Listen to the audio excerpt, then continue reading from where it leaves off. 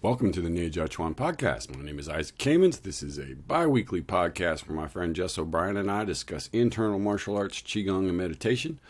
In this episode, we continue our series on the founder of Bagua Zhang, Dong Chuan.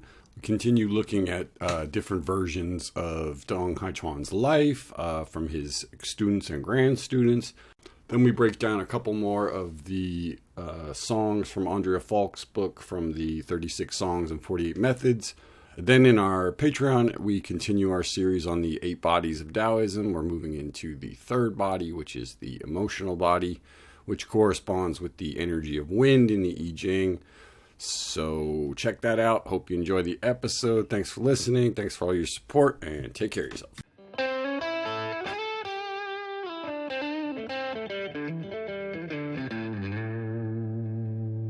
Welcome to the Neijiaquan podcast with Isaac and Jess. We're back looking at the life of Dong Chuan, the Grand Master of Bagua Zhang, and the many different legends that surround him. So I wanted to look to another text that gives some more of the stories about Dong, that adds a little more to his character here. Bagua, Chinese Boxing for Fitness and Self-Defense by Robert W. Smith, 1967. So this covers his life story slightly again. No one knows the origin of Bagua. It is only known that Dong Chuan of Weinan during the Qing dynasty learned this art from an anonymous Taoist in the mountain fastness of Jiangsu province. Dong, a young man, then barely in his 20s, is said to have been nearly dead of starvation when the hermit chanced upon him. The Taoist ministered to him, and Dong stayed several years with him, and from him learned a divine boxing. Well, that's basically the same story Wang Shujin gave, right? Right.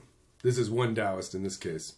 Yeah, but that a wounded young, Dong Chuan gets nearly dead, rescued by the benevolent Taoists, and they nurse him back to health and teach him, to be a competent martial artist. And this one says divine boxing, so there's clearly a spiritual side is implied there, right? There's something about this as Taoist in particular. Near middle age, Dong became a eunuch in the king's palace. He did not get on with his fellows, however, and was soon assigned to the royal family of Prince Su as a servant. Su employed a Mohammedan boxer and his wife as chief protectors of the household. Shah, the boxer, held everyone to immediate obedience, and his wife, an expert pistol shot, made them a solid combination. Once at a big banquet where the congestion was beyond relief, Dong served tea to the guests by lightly scaling the wall and crossing the roof to the kitchen and back. Lord Su recognized from this that Dong had probably had boxing ability. Subsequently, he ordered Dong to show his art. Dong did. He demonstrated Bagua. His sudden turns and fluid style enthralled the audience. So once again, we hear the story of him as a waiter. But there's also reference to the lightness skill there, right? Being able to. So that's the famous idea of Qing Jing, where you can jump up walls and leap up onto high places. Mm-hmm. Scale rooftops to serve people tea. So you've got the Taoism, you've got the banquet. You've got the leaping and scaling, and it's also the first reference to a pistol. So this is obviously around the late 1800s when firearms are becoming more available. Right. Well, that's sort of the high class. I think that's kind of code for saying they weren't martial artists. Maybe they were. They had a pistol. They had the pistol. It's like kind of saying they couldn't do it hand to hand. Right. Next, Shah challenged Dong, but was defeated. Dong watched for Shah to attempt revenge. Late one night, Shah crept into Dong's bedroom, a knife in hand, while his wife aimed her pistol through the window at Dong. Dong quickly took the pistol from her and turned on Shah, who pounded his head on the floor seeking forgiveness. Dong agreed to forgive him and even accepted Shah as a student. Well, there you go. Another showdown. And this one's defeated by speed. Dong Chuan doesn't talk much about his power in the ones we've seen yet. Mostly about incredible evasiveness and speed. His ability to avoid things. Yeah. So, he even did a pistol disarm, which, that's pretty legit. All right, the story continues. Later in life, Dong retired and taught only a few selected persons his Bagua, which we've heard. Right, same. Same story. This is the after the palace time period. Although he withered, the stories did not. One had him in the midst of several men with weapons who were bent on his blood. He not only emerged unscathed, but soundly defeated all his attackers. Another time, he sat in a chair leaning against a wall. The wall collapsed, and his disciples ran up, fearful he'd been buried. He was found sitting in the same chair, leaning against another wall, which is the story we heard from another book. Makes me think that maybe walls falling on people was a bigger problem. I mean, it's true. There was no reinforced concrete, right? Like brick buildings are quite vulnerable. Seriously. Like a lot of, seismic activity. And if you have a building with brick, my goodness, it could be bad. But Dong Hai Chuan's avoiding it. It could have happened repeatedly. The grandest story, told by Wan Lai Shen, concerns Dong's death. Certain that he was dead, some of his students attempted to raise the casket prior to the burial, but the casket would not move. It was as though it were riveted to the ground. As his students tried again and again to lift it, a voice came from the casket. As I told you many times, none of you has 1/10 of my skill. He then died, and the casket was moved easily. Dong died at 84. All right, so now we have 90, 84... 68, I think somebody said. Yeah. But that's Wan Lai Sheng. That's who we've talked about before. That's the natural boxing guy. Right. Who was Liu Hengzhe's buddy. Right, friend of Liu Hengzhe. So he makes an appearance. I don't know where Robert Smith got this story. Maybe from... Probably from Wan Lai Sheng. I mean, could be. But the mention of the wall makes me think it's all coming from one source. And one of the books that has stories about Dong Hai Chuan is Liang Zingpu, 8-Diagram Palm by Li Ziming, that Vince Black translated and published in 1993, which is one of the early Bagua books that I remember getting really excited about when it first came out. And in there, Li Ziming translates some of the stories about Dong Hai Chuan. It said he begins by saying a few things about him, but one thing that stuck out to me, it says, Mr. Dong Hai Chuan taught only 8 postures, the old 8 palm, Lao Ba Zhang, to confirm 2 teachings and positioning of the 8 trigrams. Its changes and tactics also imply several changes of the 8 diagrams. So that's interesting to hear. Well, is that the first set, the Lao Ba Zhang, right? The old 8 palms? Everybody has, not everybody, but lots of schools have a set that they call Lao Ba Zhang, which is, purportedly to be the original set of that system, right? So I don't know if it's the same movements as, say, the Lao Ba Zhang from the Chen Tinghua school, right? But if you look on YouTube, there's quite a few different ones that look way different from each other. So, but it's I think what it's saying is that Dong Hai Chuan didn't teach a 64 change thing or blah blah blah. They didn't teach this like super complicated form. He just taught 8 changes, and that was the whole thing. Now, he also probably taught them differently to each person, and maybe not even all 8 changes to each person, but that may have been,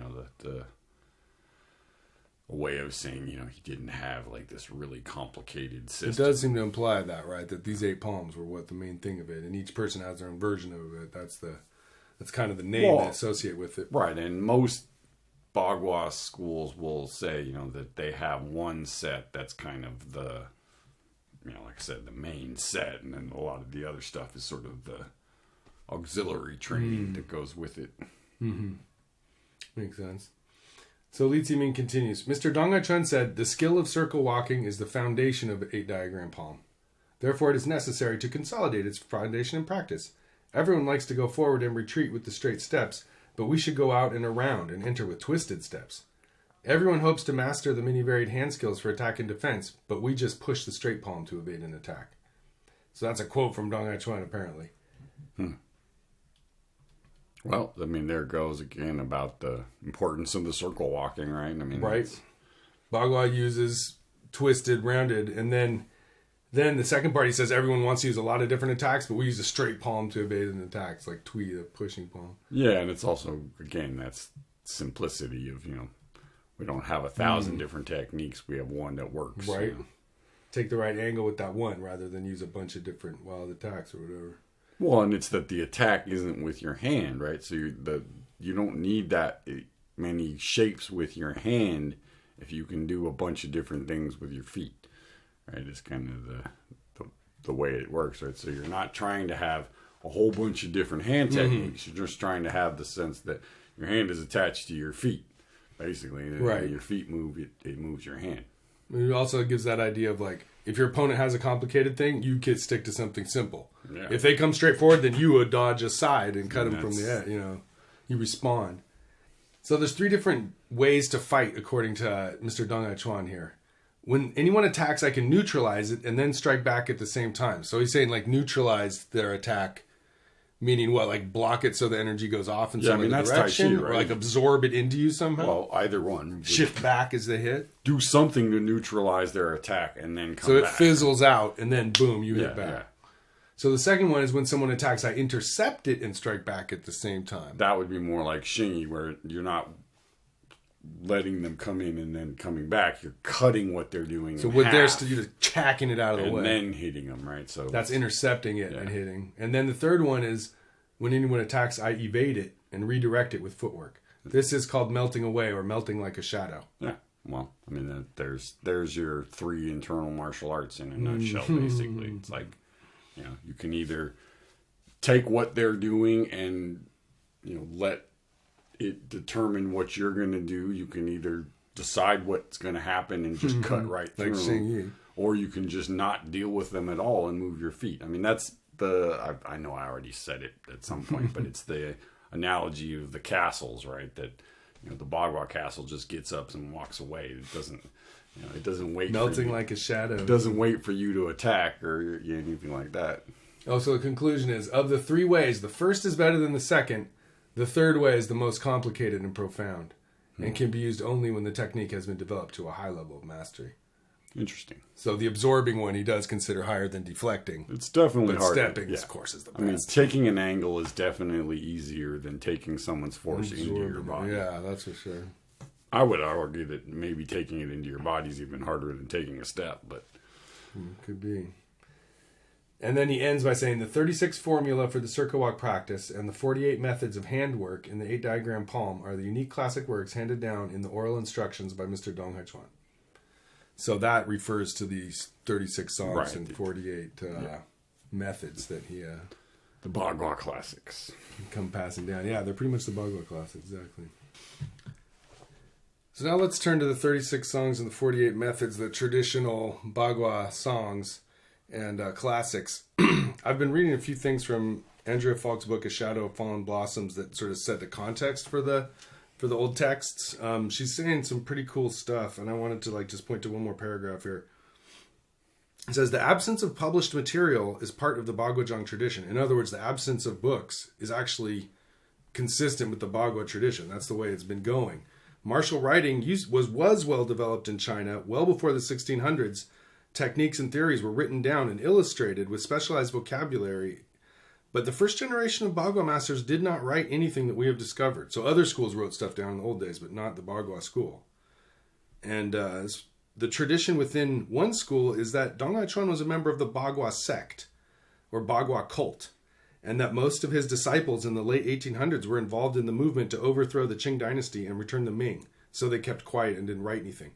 Aside from this, most were illiterate and kept things in their heads. Yeah, I mean, I think that's for sure. It's probably a combination depending on the person's situation. But, I mean, you definitely don't want to be writing martial arts books if you're on the wrong side of a rebellion. Right. And there's also a piece about, not giving away your goods, right? You put a book out there that has all your secrets and, there goes all your secrets. So I think, just having a certain piece of keep it to yourself. Yeah. That way you can preserve it. No, who knows how that struggle for the overthrow of the Qing dynasty would end eventually. So you had to be keeping your eyes peeled. And literacy is also a big part of it too. I think that, a large part of these early guys, they weren't, even if they could read and write, it wasn't their strong suit, right? And this stuff's complicated writing, so. And I also think that they may not have thought that it was much use. That I personally don't think that you can learn how to do this stuff from a written book or a video. You need a person to show you how to do it. So they may have just at that point not had the means to make a book would have been way more of an investment than they were willing to put out. Sure. It's like a lot of these books didn't get published until there were, established groups, these sort of martial arts associations, right? Whose part of their purpose was to publish books, right? That the popularizing in the 20s and 30s. In the in the 1800s. Or in the late 1800s, that didn't really exist. So, no, things were keeping your head down. Yeah, so it was mostly if there was going to be. And also there's the idea that these are rhymed, right? So a lot of these you'd memorize as part of your training. Tui, tuo, dai, ling, and you'd have a little able to follow that, so you could memorize the ideas that go along with the exercises. Yeah, it's a way of it's a like a reference book. But I'm only an English speaker, so I can't really go that way. So I can just look at it theoretically as ideas rather than sort of the songs that they're making. There's things about one parallel is like if you're learning a Tai Chi form, you might say the name of each move as you're doing it when you're first learning it, just so as a memorization tool. Because that's what I think all these things are, is basically to help you memorize, what the movements are, and so and what you've already learned from your teacher go hand in hand with the songs. Yeah, and they might add some insight into some subtleties that you may not have thought about before, but essentially you're not learning anything new from it. It's like in terms of forms or application, what you're learning is this is what you're going to do while you do the forms and applications that you learned. So I was going to look at the next one from Frank and Tina's book, Whirling Circles of Bagua Zhang. And the next method they have is yin and yang hand methods, number 7. Single weighted is alive, double weighted is stiff.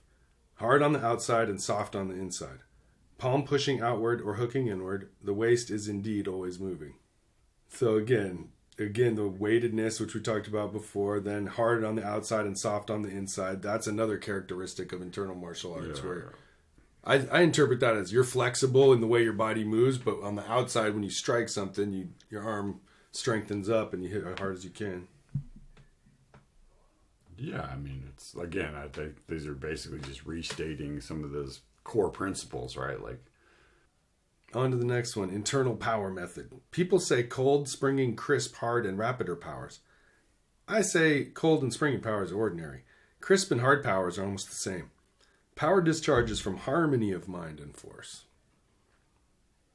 Wow, that's interesting. Harmony of mind and force is that's talking about using intent and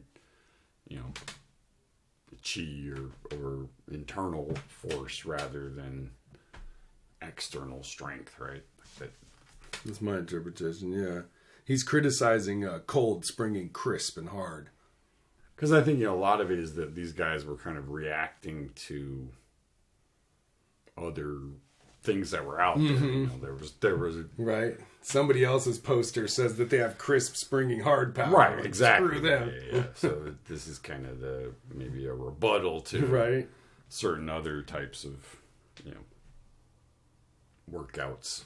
Right. I like to read between the lines and try to picture what was going on at the time. Maybe that would be behind some of the discussion. Yeah, well, again, it's like Deng Hai Chuan probably wasn't talking about other things like sports but by the time his students were writing about it, they were starting to have to contend with these other ideas about sort of Western concepts of health and more modern sort of exercise and stuff like that. So I think turn of the century, and also still having to kind of overcome the other Chinese martial arts saying that they do the thing, So it's like you're kind of trying to stake your, make your brand or kind of show that this is we do something a little bit different than those other guys, but we're still very much we're still what you're looking for, right? He likes that. He uses harmony of mind and force. And again, it's interesting how these do really apply across the board to all the other internal styles as well. Yeah, well, and I think most Chinese martial arts will agree harmony of mind and force is something you want, right? Yeah, I think the real thing is, even an external martial art's going to say that. The difference is what kind of force are you talking about. They may start with force and then go towards mind. Right. Whereas internal tends to start with mind. Yeah, and again, you also are talking about what kind of mind, what kind of force, right? The implied here, I think, is it's a relaxed mind, but it still, it still has power behind it. It still has structure. It still has, like the ability to knock you out, but it's not coming from a place of, external strength. It's coming from this sort of internal. Which could be like taking a better angle or hitting from the right, moment in time and breaking there. It's balance. It's 100 different things, but it's 100 different things that all rely on you not just freaking out, basically. So the primary thing is that, your intent or your mind is connected to what you're doing with your body, right? That you're not just going, because a lot of martial arts, essentially what they're telling you to do is turn off the part of your brain that says I shouldn't do this, right? That you're just kind of going into that animal, survival mode, and you just do whatever you got to do, right. and then you come out of it and go, oh shit, I ripped this guy. Sort of black out. Yeah. Where I think what these guys are saying is that it should involve your conscious mind in what you're doing, so that one, you fight better because you're not just reacting to things on a reactionary level. You're actually like planning what you're doing and stuff, but also you're not like you're not just hoping that things work out. You're actually able to change and adjust to the situation, so that if things don't go the way you planned it, which they rarely do, right. you have an ability to change, right? Because what's the worst thing that can happen on a battlefield is you think one thing is going to happen, something else happens, and you don't have a plan for that. And you're just sort of sitting there getting your ass kicked. So they're saying, you always want to have that piece about the ability to like know what's happening, so you don't get... Use that intention, that awareness to really soak what's happening rather than think about what could happen. You don't get surprised, basically. All right. Gives you a little edge on the battlefield there. All right, so one more. Power storing method. Only knowing power release, but not knowing power storing, the power is gone, just like an arrow leaving the bow. This is harmful, worse than useless. It leads to defeat or damage of the body. So basically, if you do fudging only, but don't do power storing, power is gone. Well, this just points to the idea that balance, right? That for every amount that you put out, you have to also bring something back. So in a lot of martial arts, the focus when you attack is just on the strike, and then you just kind of pull your hand back. There isn't any real action in the retraction. This is saying that the coming in part of it, the bringing the person into you, the pulling them down, all of that stuff is just as important as the pushing and hitting. The outward attack. Because, Bagua is very much uses this idea of, pulling and grabbing and hooking and all these ideas that are essentially bringing the person closer to you, not pushing them away, which is counter to everything your body and your mind kind of want to do. If they're untrained, is just to push the person away and rah, So this is kind of saying, okay, you have to acknowledge that that's what's happening, and then try to do something other than that. Right. And that takes training. Bring your awareness to bear. That takes training, exactly. So the next one says power continuation method. When the opponent's root is broken, put more pressure on him. Do not let him escape. Stepping forward is needed. Expanded arms and waist are applied. So basically, if you knock them down, just keep following. Well, it's also that it sounds like it's sort of a follow-up to the previous one, which is you got your power method, you got your strike, right? And then you got your continuation of the strike, which is what do you do if the strike isn't enough? So, for example... Keep on striking. Well, for example, in a lot of things, what you would do is you would pull your hand back and strike with the other hand. And in something like Bagua or Xingyi, you might strike with that hand and then either shift your body weight forward or take another step with the same hand out in front and sort of drive it forward like a pile driver or like a pole, Spear, And so that there's that thing of you're not withdrawing your hand, but you're doing another strike. That there's multiple... Keep the pressure on by staying with the closest hand. Right. There's multiple hits within one strike. And stepping forward, yeah, you can strike So more. you have steps. sort of the hand coming out with the foot while you're on your back leg is 1. You've got the weight shift going forward is 2, and then you got the back foot coming in is 3. So you can do all 3 of those things with one hand forward, right? So you get 3 strikes for one palm movement, right? That kind of multiple. That's continuation. It just keeps so it isn't up. just one strike, one step, 2, 3. one strike, one step. It can be that power has a continuation, which is I don't think is a great way of phrasing it, but it implies something beyond the first hit. There's the first hit, and then there's this continuation power, right? Which is that's very accurate to what you do in Bagua all the time. So he finishes that with a few basic ideas of the higher skill method. Depending on faster speeds, not good enough. Heavier weight is not the only solution. It's better to have exceptionally great skills with center equilibrium and nothing missing.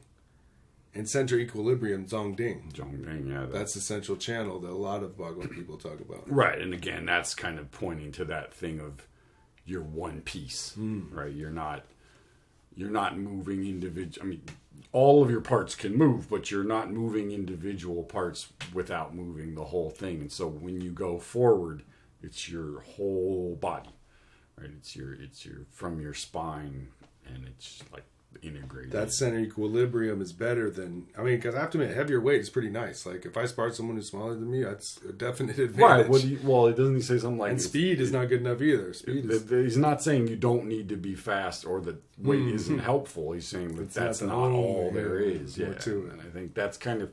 one of the things I learned from Bob was, because Bob was a pretty big dude, but he said it's like, if you have size and you have power, if you don't have to use it, don't use it, because it's like, if I can defeat you without having to use my own juice, I just save my strength.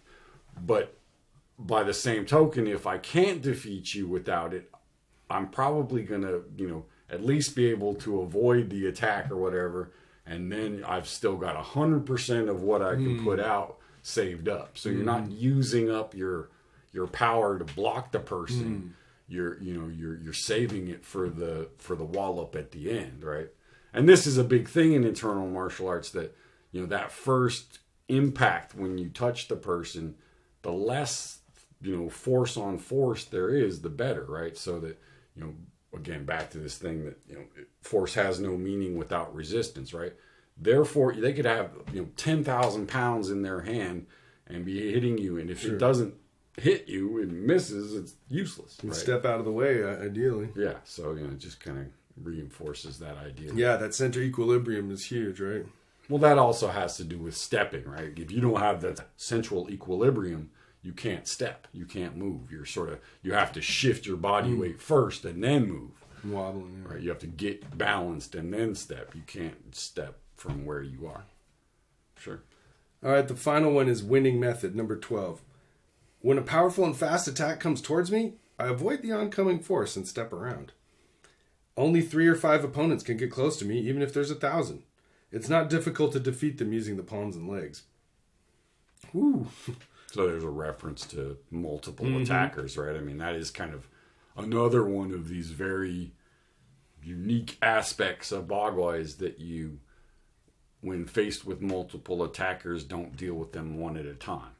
You're doing things that are, because you're moving constantly, you can be kind of dealing with one person over here and then be sort of turning your body to the side and dealing with someone else, and still be moving your feet, right? So you're not. It's built into the techniques to take weird steps that get you towards multiple people. It's one of the freakier parts about doing it, is when you start doing things with multiple attackers, you see how just it like most of your techniques don't work. Like all the stuff that you did with one person, where you just can kind of overpower them and slam them, you can't do that with one person, because while you're overpowering one guy, the other guy's hitting you in the back of the head. So your best strategy in that case is to never let their force land on you, and constantly have your force moving around so that they can't track it. With the central equilibrium guiding you. Right. I like so someone with a powerful and fast attack comes towards me. That's the question everyone has when you come to martial arts. What if someone tries to punch me real hard? He says, avoid the oncoming force and step around. Right. We've seen that a lot of times, right? Don't meet their force with force. Don't give their force something to land on. Just easier said than done. Get the fuck out of the way. Well, there it is. Bruce would always use the example of a bullfighter, right? That, when the bull comes at you, you don't stand there and, try to stop it with your hand. You get the hell out of the way and you got to wait till the last second. You let it go past you and then you jump too stick soon. It, Yeah. And that's kind of the idea, is that don't be there when their force is, because that also goes back to that other one. I don't remember when we read it, but the thing about falling into the sort of black hole feeling that, if you time that right and their force doesn't land on you, that gives you this moment where they're sort of going, oh shit, and sort of falling into this emptiness, and then that, when they're at their most vulnerable. Right. And he mentions that only between 3, 4, or 5 people can get you when there's a group. So, you don't have to deal with all 1,000 people at once. You can just take them at 5 at a time, basically. Yeah, I mean, the one exception... That's pretty optimistic. One exception of that is if they have spears. Right. That's probably not going to be a you better hope you've got most some... of the time. Back then, it might have been. Right, well, back then it might have been, yeah. Well, once you got 3 to 5, that could be a challenge. But that is, it's pretty cool, because it is saying, this martial art is not to fight just one person. Right. I mean, it is part of the martial art. And that is kind of... It's bad odds no matter where you are, but it is interesting that a lot of the techniques involve weird steps that at first you're not sure why you take this extra step. Yeah. But then later, like, oh, that allows me to pivot 180 real quick and, like, check this next person. Which I think kind of goes to the bodyguard stuff, too, because the assumption is you're probably going to... the assumption is you're going to be outnumbered, right? It's not that I'm going to be on a battlefield with 20 of my buddies fighting 20 other guys. It's that I'm going to be one guy against 20, and that I'm going to have to plan my attacks, take them out 4 or 5 at a time, all the while trying to protect the prince. And it's like it's a whole different strategy. Yikes! Yeah. I mean, I guess odds aren't good, but if you do train with some of this stuff in it, I think it does increase your odds at least a little to have that as part of your training, like being able to spin directions real quick without getting dizzy and stuff like that. And I mean, on a basic level, if you train to fight 2 people, fighting one person gets a lot easier, probably, right? So I mean, the more people you add on to it, it just kind of makes it the one-on-one scene less and less scary. I mean, the most we ever got up to in class was 3, and the whole thing of when because the exercise was you had to stand still. And then all 3 people came at you, and you couldn't move until they started to move. So you couldn't get run a head away. Start. Yeah. You couldn't get a head start. You had to wait till all 3 of them were coming at you, then you could move. So you use single palm change to try and swipe them out of the way. I mean, at that point, you were allowed to use whatever you wanted to, but the main thing you were supposed to be doing was moving your feet and not trying to stand in place and just kind of swing your arms wildly, because that's what you wanted to do. Right. The most common thing that I wanted to do was just kind of hold my ground and start swinging, because I could actually pull it off with most of the people because I was bigger than them. But the skill of actually seeing that thing coming and going, oh shit, and then seeing another one coming and going, oh shit, and then just not trying to stop either of them and just move is like a really different kind of mindset than just sort of the set and block it. And it's clear. It's a theme that, like the other themes we've been identifying, this idea of being able to go against potentially multiple attackers is definitely in there. I mean, personally, it was the thing about Bagua that I was just drawn to from day one. Was just like, that's so cool. I gotta learn how to do that. And, so. All right, good talk. All right, man. Yep. Hey folks, Isaac here again. Thanks for listening. Hope you enjoyed the episode. Just a reminder, check out the Instagram for images to go along with the episodes. Check out the Patreon for exclusive content and interviews. We've got some big interviews coming up that you're not going to want to miss. Hint, hint. So check that out. Take care of yourselves, and thanks for listening.